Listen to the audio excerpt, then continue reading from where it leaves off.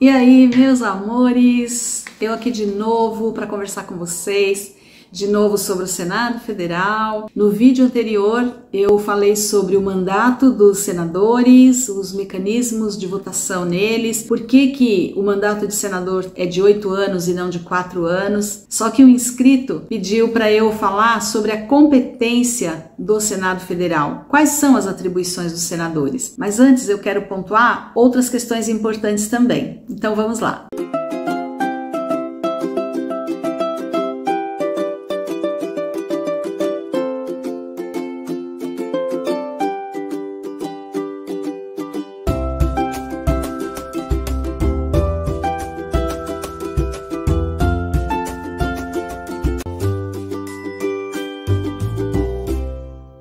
Então, como eu disse no vídeo anterior a respeito desse assunto, a Câmara dos Deputados representa o povo. E os deputados federais, eles são escolhidos de acordo com o número de cidadãos residentes naquele determinado estado da federação. Então, o número de deputados que nós mandamos para a Câmara dos Deputados a cada eleição pode variar de 8 a 70 deputados. Depende do tamanho do colégio eleitoral. São Paulo, por exemplo, é um colégio eleitoral grande que manda 70 deputados eleitos pelo povo. O Senado Federal, por sua vez, representa os interesses dos estados. E por que o número de deputados varia e o número de senadores não? Porque o número de senadores, lembrando, é de 3 igualmente para cada estado da federação. Tanto é que cada estado manda para o Senado 3 senadores, e se você somar 27 estados, né, incluindo aí o Distrito Federal, nós temos 3 vezes 27 vai dar 81 senadores, que é o número de senadores que nós temos atualmente no Congresso Nacional. No caso dessa eleição de 2022, nós vamos eleger um senador por estado. Nós vamos então mandar para o Senado Federal 27 senadores, ou seja, é 1/3 da casa. Os outros 2/3 já estão lá porque foram eleitos em 2018, perdão. Então, dei uma olhada no meu vídeo anterior sobre esse assunto, tá bom? Então, voltando. Por que deputados é de 8 a 70 e senadores são sempre 3 por estados? Justamente para equilibrar a balança. Por quê? Se o estado pequeno vai mandar poucos deputados e o estado que tem um colégio eleitoral maior vai mandar mais deputados, isso desequilibra a balança, certo? Justamente por isso é que nós mandamos para o Senado 3 senadores de forma igual para cada estado, justamente para desequilibrar, vamos dizer assim, o desequilíbrio que existe na quantidade de deputados que cada estado manda para a Câmara dos Deputados, porque lembrando que o Congresso reúne as duas casas, Senado e Câmara Federal. Nós temos que lembrar que o presidente do Senado, que hoje ele está representado na pessoa do Rodrigo Pacheco, que é um senador eleito por Minas Gerais. O mandato dele vai até 2027, portanto, ele está terminando este ano 4 anos de mandato, mas a cadeira dele não vai ser substituída, porque ele ainda tem mais 4 anos pela frente, para o nosso azar, né? E o presidente do Senado é quem preside também o Congresso Nacional, que é quando reúne as duas casas, Câmara e Senado. Então ele tem 2 papéis, presidente do Senado e presidente do Congresso Nacional. Então o papel dele não é um papel qualquer. Além disso, ele ocupa a 3ª linha sucessória em eventual impedimento do presidente da República. Então, assim, se o presidente da República é afastado ou viaja, enfim, por algum motivo ele não está ali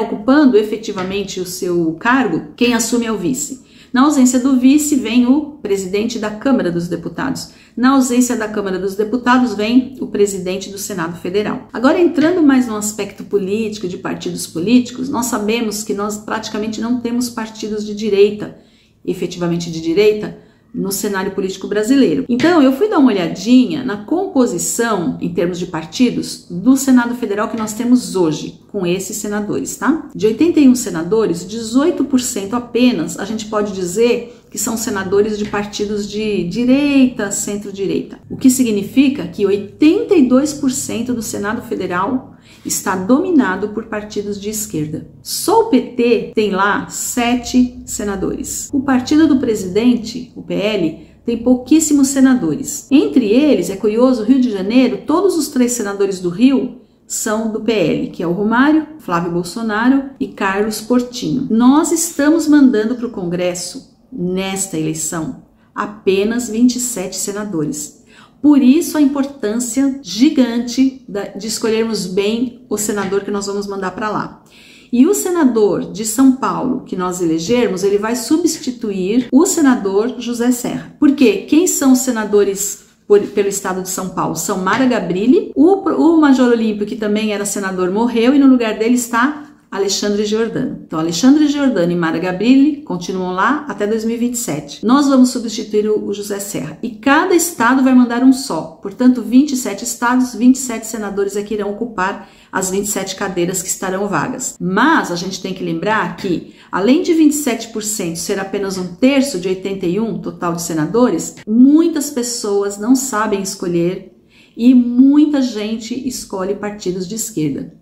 Então, se nós queremos dar suporte para o nosso presidente, nós precisamos saber eleger deputados e principalmente senadores. E agora vamos às atribuições dos senadores da República. É o artigo 52 da Constituição Federal que fala sobre a competência, as atribuições do Senado Federal. Cabe ao Senado Federal processar e julgar o presidente da República, o vice-presidente, os comandantes das Forças Armadas, bem como os ministros de Estado. Cabe também ao Senado processar e julgar os ministros do Supremo Tribunal Federal, os membros do Conselho Nacional de Justiça e do Conselho Nacional do Ministério Público, o Procurador-Geral da República e o Advogado-Geral da União, todos esses que eu falei até aqui, nos crimes de responsabilidade. Também cabe ao Senado Federal aprovar previamente a escolha de magistrados, ministros do Tribunal de Contas da União, governador de território, presidente e diretores do Banco Central. Cabe também ao Senado aprovar previamente a escolha do Procurador-Geral da República. Cabe também ao Senado aprovar previamente a escolha dos chefes de missão diplomática de caráter permanente, autorizar operações externas de natureza financeira de interesse da União, dos estados, do Distrito Federal, dos territórios e dos municípios. E chama atenção essa atribuição que passa despercebido por muita gente. O Senado Federal é quem suspende a execução de lei, no todo ou em parte, declarada inconstitucional pelo Supremo Tribunal Federal. Então, assim, se o Supremo Tribunal Federal declarar uma lei inconstitucional e o Senado Federal não determinar a suspensão dessa lei, apesar de ela ter sido declarada inconstitucional, ela ainda fica valendo no mundo jurídico. Aprovar, por maioria absoluta e por voto secreto, a exoneração de ofício do Procurador-Geral da República antes do término do seu mandato. E, claro, elaborar o seu regimento interno. Olha outra atribuição do Senado que passa despercebido também. Avaliar periodicamente a funcionalidade do sistema tributário nacional. Isso é uma coisa que vem sendo discutida, né? A reforma tributária, e o Senado Federal simplesmente senta em cima de todas as propostas e nada faz. Então, mais uma vez, a gente tem que prestar bastante atenção. Nós estamos mergulhados num sistema político que está sendo comandado pela esquerda. Quando a gente fala esquerda, as pessoas já pensam no PT, mas não é só o PT. Então, nós temos que nos atentar para o partido também. Não é só escolher pela pessoa em si, mas pelo partido ao qual ele é filiado. Bom, esse foi o vídeo de hoje, eu espero que vocês tenham gostado. Quem está passando por aqui, eu peço que fiquem conosco e se inscreva no meu canal. Dê o seu like, compartilhe e comente. Um abraço, fiquem com Deus.